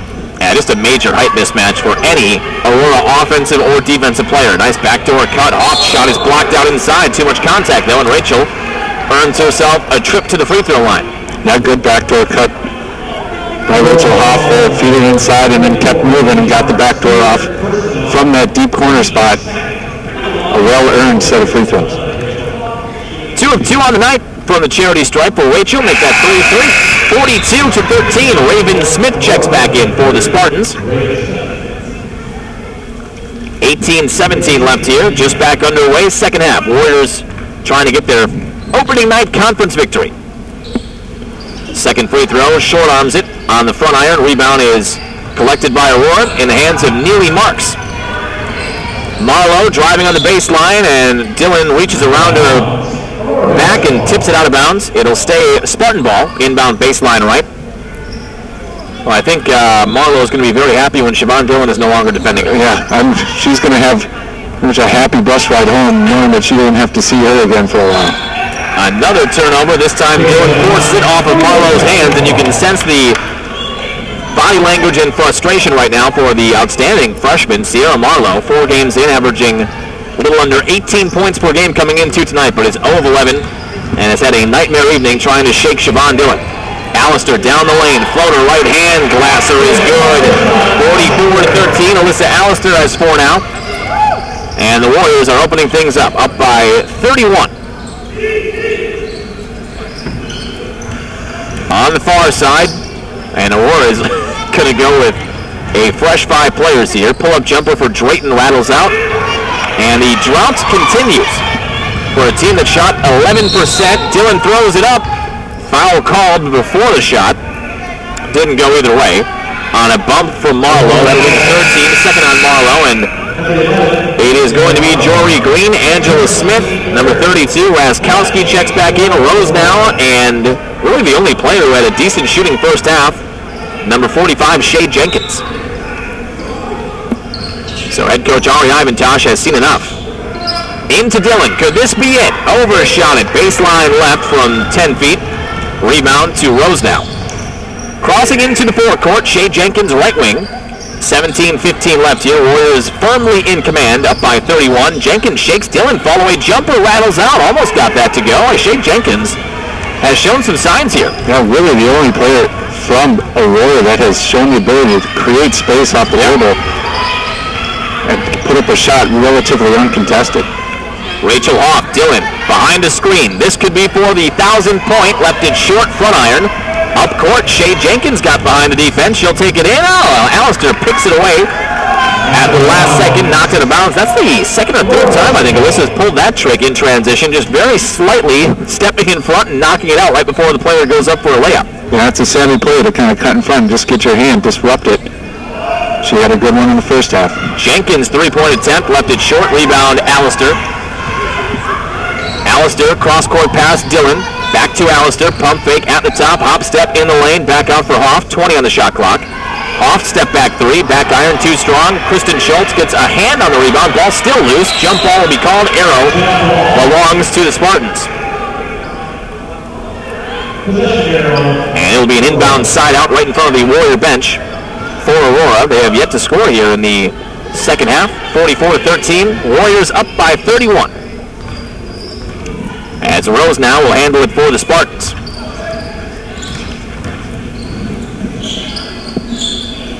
Right wing, Jory Green, high screen set to her right. Rose now, three-point line extended on the elbow, 15 on the shot clock. Allister has her. Rose now surfing the defense a bit there. Gives off to Jenkins. Now Smith deep 2. Now she'll instead toss it inside. Raskowski reverse layup is good, but traveled before it. Turnover. You can sense the level right now for Aurora, getting a little frustrated out there, and not a lot of motion on that trip down. I can't even imagine going through a shooting night like that. It's so hard. It'd be so hard not to get frustrated. Only shooting just under 10% from the field. That's got to be frustrating any night. Dillon 4,000 gets it inside. Shot is up and in with the right hand of Flora, and that gives her 1,001 career points as a Warrior. And as he always does, head coach Clay Kniffel, he had tasked Allison Mielke before the game to keep an eye on that for him so he could call a timeout right away. And a nice announcement here from the public address announcer Brian Boatman to honor Siobhan Dillon. Good round of applause from the parents. And the crowd giving her a standing up. Just really, I mean, this senior campaign is over yet, but that's one you can put kind of on the mantelpiece. Yeah. Not a lot of people get to say they do that in their high school career, let alone their college athletics career. That's an impressive feat. I want to say that's the 5th year in a row the Warriors have had a 1,000-point score. I don't remember what it was 5 years ago. I know Whitney Miller got over 1,000. Erica Leite had 1,000 2 years ago. Rachel Johnson got to 1,000 last year, and now Siobhan Dillon joins that pantheon. That's the sign of some good recruiting. Yeah, when you got that many. Anytime you can get a freshman that can have an impact over 4 years, which usually is what it takes to get close to that 1,000-point mark, you know you've got a good find. Turnover for the Spartans in transition. Allister spot up 3, too strong. Rebound Jory Green. Rose now had her pocket pick. Dillon took it with the left hand and will cruise in for the layup, but now has 1,003 points in her career. 17 for Dillon. 48-13. This is busted wide open here. Angela Smith on the near wing. 15 minutes left here. Inside, outside for Shea Jenkins. She'll pop another three. That's no good short. So Jenkins, who was the only player who had some rhythm going offensively, she's gone cold. But Rose now on the reload hits a three on the near wing. 48-16. It took a little over 5 minutes, but the Spartans had their first second half points. Yeah, just the 5th made field goal. They've taken 12 more shots than the Warriors and made 13 less. Shea Jenkins has a steal. She'll go the other way, up and under, no good. Rose now has a rebound, dribbles it out, but Rose now is right at the basket. They will reset. I would think that would have been an easy tip-in or at least draw a foul. Angela Smith just inside the arc, near wing, trying to take on Schultz. That's a tough task. Inside, shot is blocked out. Smith gets it back. It's kicked out then by Dillon. And the Warriors will also change out all 5 as Toma, Johnson, Crystal Fry, Melissa Clem, and Brittany Barr all check in. Line changes for both coaches in the second half. I'm not sure quite out of necessity for the Warriors to kind of just get fresh bodies in there. I don't think it'll be too long before you see him go a little bit deeper too. Back iron shot, too strong for Shea Jenkins. Rebound on the ground is Crystal Fry. She's tied up. Arrow belongs this time to Wisconsin Lutheran College. 14:07 left, and now another. This is a broadcaster's dream. It's almost like a hockey game. Yeah. Five in, 5 out. So I think the starting 5 is back in, or at least most of it, for the Aurora Spartans. Well, we'll figure it out as we go along here. 14 minutes left in this one. Ball knocked out near side by Marlowe. Well, I think, for Aurora, you want to get your bench players in, but if you're building a program, as Ari Ivantosh is, these are all young players. The starting 5 are all young players, so experience is experience. On the near wing, Brittany Barr had 5 first-half points. A perfect 2 of 2 from the field. Hard screen set to her left by Kelly Johnson. Clem takes a step in, back outside for Barr, top of the key, bounce past Toma. Left baseline, pull-up jumper is good from 10 feet. Toma can develop that shot. That's another weapon off the bench. 13:38 and rolling, 50-16. 3 now for Toma. On this end, shot over Toma's head, taken by Neely Marks, is no good. Rebound, Kelly Johnson, handoff to Clem. Going back to your point earlier about Aurora, they only have 2 seniors on their roster and 3 juniors, and only one of those juniors is a starter. So a lot of young players getting minutes. Step back 3, got it for Brittany Barr. She is 3 of 3. Brittany Barr has 8 points now. Brittany was a part of the Dunn Sporting Goods tip-off tournament last year, then left the program for the rest of the year. She was a part of it the whole year the year before, and joins it again this year, and she was 2 years ago kind of an instant offense player off the bench. Good shooter, good spot-up shooter. Does a lot of things right, and she appears to be back in full health. Back iron, no good, and that's another weapon that head coach Clay Knipple can go to if you are in some kind of offensive drought. You like having those players you can just put in there and they're ready to go. Crystal Fry on the left wing. High screen set by Johnson. Hop step in the lane. Fry with the right hand. No good. Got the rebound. Knocked it out. Last touch by who? I believe it will be. I was going to say it looked like it might be a Warrior ball, but Spartans will get it. I was going to say that one looked pretty easy to call from our angle. Just a straight swat out of bounds by Crystal. So here comes Drayton into the forecourt, right in front of us here at our broadcast location at the Rex. Step back jumper for Dorrington, rattles out. Oh, it has been a nightmare. Miserable. That I can't even imagine. Just 10% from the floor. I don't know if I've ever seen a night of shooting that bad. Clem's shot in the lane is short. Kelly Johnson battling for a rebound, knocked over Drayton, I believe. It'll be a foul on Kelly. That is her first. First team on the Warriors. They have played an extremely clean game. I think you go back to the first half, they didn't have their second team foul until the 4-minute mark, and now they only have their first 8 minutes into the second half. Well, they've also cleaned it up a little bit on the turnover side of it too. Just 2 turnovers in the second half. On the baseline, Marlowe drives in. You feel a little bit good for Sierra Marlowe there. She has been battling all night. That time gets her best look and hits it on the baseline, 53-18. Up over 11 to that point for her. Ball knocked out by Drayton. It stays with the Warriors as Rivera checks back in. Checking out is Neely Marks for the Spartans. Johnson will inbound right in front of assistant coach Dar Schramm, and Siobhan Dillon putting on the warm-up. I think she's probably done for the night. After getting her milestone, 17 points tonight. Step back three, Brittany Barr, this time left it short. First miss of the night, 3 of 4 from the field. Kelly Johnson, offensive rebound, put back no good, but a foul called. Kelly Johnson left free throws on the way. I'll tell you one thing you like about this team, Sam, is they seem to have the role players, which is what you need. I mean, you can have your starting five, and they've been consistent all year. You've got your veteran leaders and those 3 senior guards, Day, Allister, and Dillon, but you need blue chip players like that off the bench, and Johnson comes in, it seems like every night, gets 6 or 7 rebounds. Brittany Barr comes in, hits 2 or 3 shots, and filling those gaps. That's what you need to build a championship caliber team. Yep, you got that sharpshooter off the bench. You got Kelly Johnson, who does some of that dirty work that a lot of people like to do. Bangs down low, gets a lot of rebounds. And you've got your scorers in Dillon, who can put up points for you, but you got to have those other role players, like you said, John, that can do the other stuff to make your team successful, and Warriors have a lot of those pieces of the puzzle. Johnson hits both free throws as well. She has 6 points. Rivera deep 2, I think deflected by Kelly Johnson. Clem has the rebound. Into the front court. 11 minutes left here. Warriors 55, Spartans 18. Low left block. Toma up and under. Nice left-hand scoop shot. Left it a touch short. Long rebound taken by Drayton. Spartans off and running. Warriors are back defensively. Drayton, discretion the better part of valor there, will step back and set up the offense.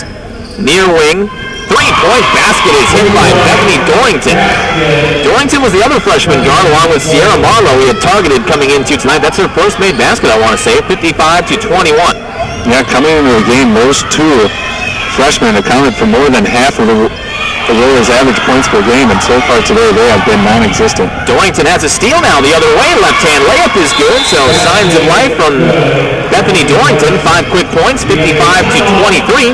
And a timeout taken, I believe, by Aurora. It's a full 60-second break. We'll step aside as well. Warriors 55, Spartans 23. Back with more. This is Warrior Women's Basketball. The Warriors have a winning basketball tradition.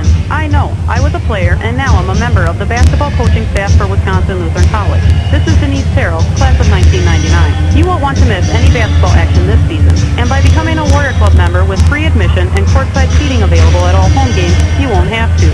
If you haven't already, join the Warrior Club, our athletic booster organization. You'll receive great benefits with membership starting at just $50 a year for individuals or $75 for the entire family. There is also a lifetime membership option, like the one my family and I chose. You can even designate your gift to any of Wisconsin Lutheran's 16 different varsity sports, cheerleading, or dance programs. Member support makes this webcast possible, along with up-to-the-second live stats through our new athletic website, WLCsports.com. Don't wait. Join today by visiting WLCsports.com or call Warrior Club Director Lisa Leffel at 414-443-8796. The Warrior Club and the Warriors. It's a winning combination. Back here at the Rex, conference opener for the Warrior women, and they are in the driver's seat against Aurora. Aurora comes in 2-2. They also have a conference win already.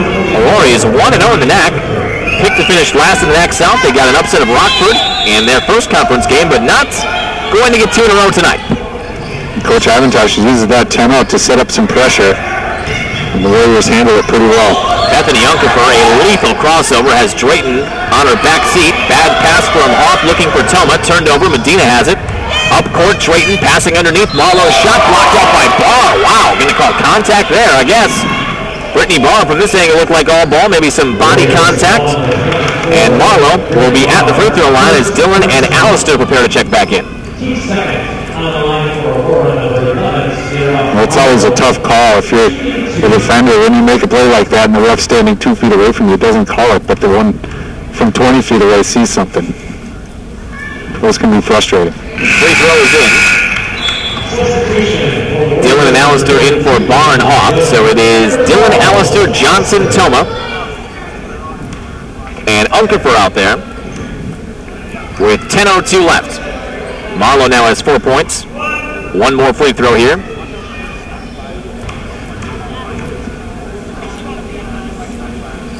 Second shot is short. Rebound is collected by Unkefer, and the Warriors go the other way. Crossover with Drayton on her, crossing half court. Unkefer had a very nice night on last week Wednesday, 7 nights ago. Had 12 points to tie Dillon for the game lead. Another player with Chrissy Day on the shelf for a while that we'll see playing time as Dillon is driving. Offensive foul call on the baseline. She runs over Dorrington. That is the first on Dillon. Third team on the Warriors with 9:40 left, so the Spartans will get it on the offensive charge. And Dillon draws the triple team down low, just unable to get rid of the ball before her momentum carries her into Dorrington. My Unkefer must have strained a calf muscle or something. She has a very... It's kind of an awkward looking band. Very cumbersome. Shot missed inside. Medina rebound, puts it back up and in. 55-26. I don't think it's... I'm not sure what you could really do to your calf other than have a cramp or strain it. Again, I haven't used my muscles for the majority of my life, but I can't imagine what else you could do. But it is very awkward looking. She seems to be moving all right. 55-26. Throws a shot up, does Marlowe. That's no good, but contact again, and Marlowe will be at the free throw line. So the Spartans right now, the Warriors are letting their guard down, but it seems like the Spartans putting together a little bit of a run as they're getting finally some comfort out there by some made shots. Free throws from Marlowe. She has 4 on the night. Shot is up and no good. One more on the way as Kristen Schultz gets back in. I would imagine one last blast here for a couple of minutes with your starters. Schultz and Dillon, the like out there. And I would be very surprised if they're in for much longer. No need to risk any unforeseen injuries or anything when you got a lead like this. And the way Aurora is shooting, I don't think you're very afraid they can make a blitzkrieg comeback. Second shot is good. 1 of 2 again. 5 points from Marlowe. Gartner will inbound it to Allister. Under 9 left. Full court pressure. Shea Jenkins is shadowing Allister everywhere she goes. Up court. Unkefer crossing half court on Drayton. And will set up the Warrior offense with 20 on the shot clock. Bounce pass. Low left block for Schultz. Foul called on Medina. Going over the back. That is the 5th team on Aurora. Inbound will come on the baseline for Wisconsin Lutheran College. Yeah, Unkefer made that entry pass look a lot easier than it was. She was moving pretty quick. And that ball came at not a very good angle, but it went right to Schultz. Drayton will sit down for the Spartans, and Rose now is back in. Allister needs help here. Lob back to the top. Unkefer whips it down. Full shot clock. Unkefer spots up for 3. Rattles it in. That looked off balance. Unkefer didn't look entirely too comfortable with that shot, but hit it. Yeah, I think initially wanted to take that ball to the hole and had second thoughts. And then decided to trust her shot and check it up, and down it goes. Their shots look very good. In the early going this season, misfire on this end for Aurora. Rebound to Allister. Crossing half court with Shea Jenkins all over her. Foul called. Jenkins too aggressive. That is the 6th team.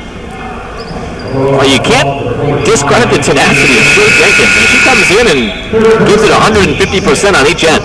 That definitely tenacity, I think, is the right word to use there. Maybe gets the best of her at some junction. Plays good hard defense. You just got to keep your hands off of it. Yep. Gartner into Allister. Unkefer on the near wing. High screen set by Gartner. Dillon left elbow. 20 on the shot clock. Warriors up by 31, 58-27.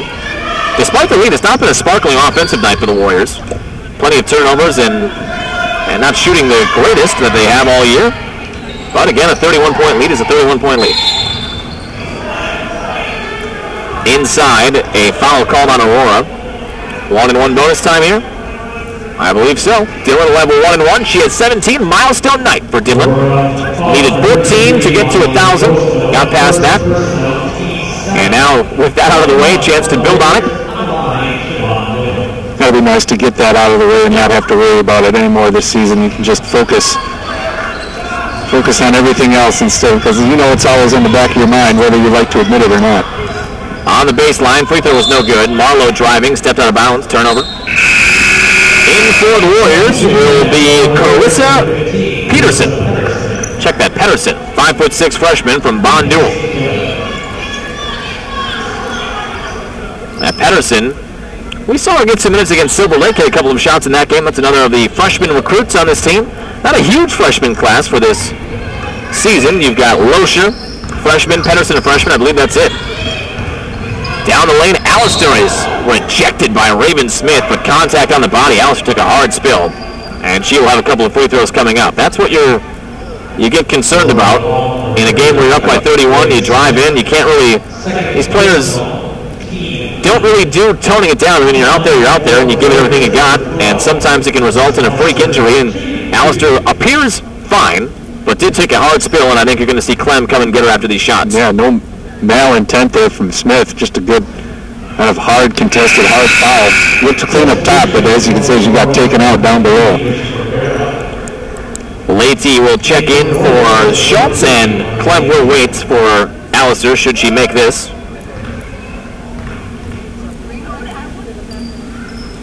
Free throw is up and rattles out, so they'll have to wait. Rebound Melanie Leite, though. She's tied up. Jump ball. Arrow goes to the Spartans, and that will give Clem a chance to get in for Alistair. Pedersen, Unkerford, Gardner, Clem, and Leite right now for the Warriors. 7:34 left. And a 31-point Warrior lead. They're on their way to a conference opening victory tonight here at home. And their next matchup will be coming up against Dominican. That is on the road next week, Wednesday, down at the Igini Sports Forum. We'll be broadcasting from the racing track high atop the Igini Sports Forum. If you want to get some laps in beforehand, we could do that. As well. Gives you a good bird's eye view. It does. It does. Foul on this end will be against Aurora. That is their 9th team or 10th team now. It's on Smith, their 3rd. And still 1-1 bonus time for the Warriors as Clem will get shots. Now, we hit the road. We have been spoiled with the home schedule here. We're just seeing those bolded names. Every game has been a home game for us so far. We hit the road tomorrow, actually, with the men at Cardinals. It's not really a road trip. Yeah. In Milwaukee. Right, so free throw for Clem is in. And then we hit MSOE on Saturday. Late night doubleheader. I saw a stat in the pregame notes here that the Warrior women in their matchup all time with MSOE, I thought it was a typo, which I would never accuse Adam Heinberg of having. Don't accuse him of screwing up. So I would never. But 44-2 the Warriors are in 46 matchups. That is outrageous. Whistle blown on the other end as Aurora trying to set up their offense. Ball is knocked out by Leite. Stays Spartan ball. Clem hit 1 of 2. So that is the definition of domination. And MSOE has not had bad teams really recently. I'm not sure what it was in the past. Obviously not great. Sometimes teams just have each other's numbers. Melanie Leite has a block on the baseline. Rebound to Unkerfer. 60-27. Leite inside out to Pedersen for 3. Short rebound. Gardner inside. Great position. Yeah, right? Stealth pass went right to it. Take the assist there. 62-27, so Gardner gets her first 2 points. Toma and Kayla Knippel, coach's daughter, will check in at the next break. 18 on the shot clock for the Spartans on this end. In for, I believe, the first time tonight is Sam Engel, a 5'4" junior, number 52. Jory Green to Engel. 3-point shot, no good. Short rebound is there as Clem will dribble it out. 6:10 left. Warriors 62, Spartans 27. 35-point lead. Clem, high post. Leite looking for double figures, and she gets it. Nice little deft up and under move there off the glass. 64-27. 10 now for Melanie Leite. She has by far had her most productive night all the way around this season. Became a first-time starter this year. I think you saw some of those first-time starter jitters in the Dunn Sporting Goods Tip-Off Tournament Championship, but since then has stabilized and looks very comfortable out there. 5:35 left in this one. Inside, Marlowe shot up, back iron, no good. Leite has a rebound now as well. I think, obviously, not to spoil the anticipation for the Warrior of the game. Pass out of bounds. You can call it tonight if you want to. All right. I believe Dylan will steal your thunder. Dylan will, I'm sure, get it with the 1,000 points, but I think if not for her, Melanie Leite would certainly be in the running. She has had a really productive night. 10 points, couple of rebounds, couple of blocks. Yep, she's got 10 points, 6 rebounds. Also perfect from the free throw line, 4 of 4. A really nice night. Yep. 5:19 left. It is Spartan ball, 64-27. Screen set for Rose now. Pick and pop. Shea Jenkins open. 3-ball near side. Book it. Shea Jenkins has her third, I want to say, 3-point basket made. 66-30. Yeah, I think they caught her with her toe on the line there, but she's been good looking form on her shot. She's been, for the majority of the night, the only real offensive threat that the Spartans have put out there. Clem throws one up in the lane with the right hand, no good. Maggie Gartner got a hand momentarily on the rebound. It skips into Jory Green's fingers. On the baseline, skip pass. Jenkins in that same spot. Three-point shot is no good, but a foul on Kayla Knipple will lead to 3 free throws, so Shea Jenkins' chance to get to double figures tonight as well. I could have bet you $20 when that ball left Green's hand out to the wing. You had a feeling it was going up. Yeah. Jenkins not afraid to put that ball in the air. Free throw is up and good, and I think honestly, as we've talked about, has the best looking shot, at least tonight, of anyone out there. Yeah, and she wasn't really even in the stat book coming into this game. She only appeared in one game, according to our stats that we were given, and hadn't attempted a field goal, all zeros across the stat line for so far this year. She hits 2 of 3, so 10 points tonight for Shea Jenkins. A lone bright spot. There haven't been many tonight for Aurora, but they'll take that. Maybe has worked herself into a higher spot in the rotation. 64-31. Clem is trapped at the top. Kayla Knipple comes and helps her out. Kayla bounce pass, nice one to Toma. Inside, Toma up and under. Shot no good, too strong, but a foul. And free throws on the way for Carrie Toma. Toma looking for her 4th and 5th points tonight. Toma, one of those Warrior bigs that I think deserves a lot of credit tonight. Warriors all over the rebounding battle tonight. They're up by 13 margin in the rebounding part, 48-35. Not a lot of second chance opportunities for the Spartans. And they had to come to do their job tonight, and they took care of business.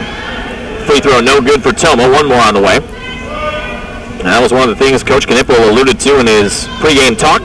Wanted to dominate the glass, and they've done that. Second free throw is short. This Warrior team, I can probably count on one hand. I mean, not one hand. In the 4 years I've been doing this, that they've been out-rebounded in a game. DePaul out-rebounded them on Saturday of the Dunn's tip-off tournament. Backdoor cut. Nice one from Rose now on a feed from Jenkins. Shot is short. Pedersen battling for a rebound. Jump ball is called. Arrow belongs to the Warriors. I mean, Coach Knipple kind of mentioned that they didn't like that they got out physical in that game. Yeah. And so far, the 2 games after that, they have definitely been the more physical team. Right at the 4-minute mark. And it has not happened often. And typically when it does happen, they lose. And not that that's a shock, really. That's one of those stats where if you do get beat rebounding, there's a much higher percentage chance that you do lose the game. But it's been very rare in the time I've seen this program. 3-point shot. Clem is short. Rose now and Kayla Knipple out muscling her for a rebound. Scrapping forward on the floor and saves the possession. Fresh shot clock for the Warriors. See if Knipple can pay it forward here on the baseline. Gives up to Toma. Toma at the top. Clem crossover. Shot just inside the free throw line. That's off the mark. Maggie Gartner has a rebound. Put back is good off the glass. 4 points now for Gartner. Up court, Jory Green. Near wing, 3-point line extended. Rose now. Well, back it out, and I believe Losher hopping off the bench, as is Mandy Schnell. Shea Jenkins will pop a 3 near wing. Short, no good. Out of bounds. Warrior ball, I believe.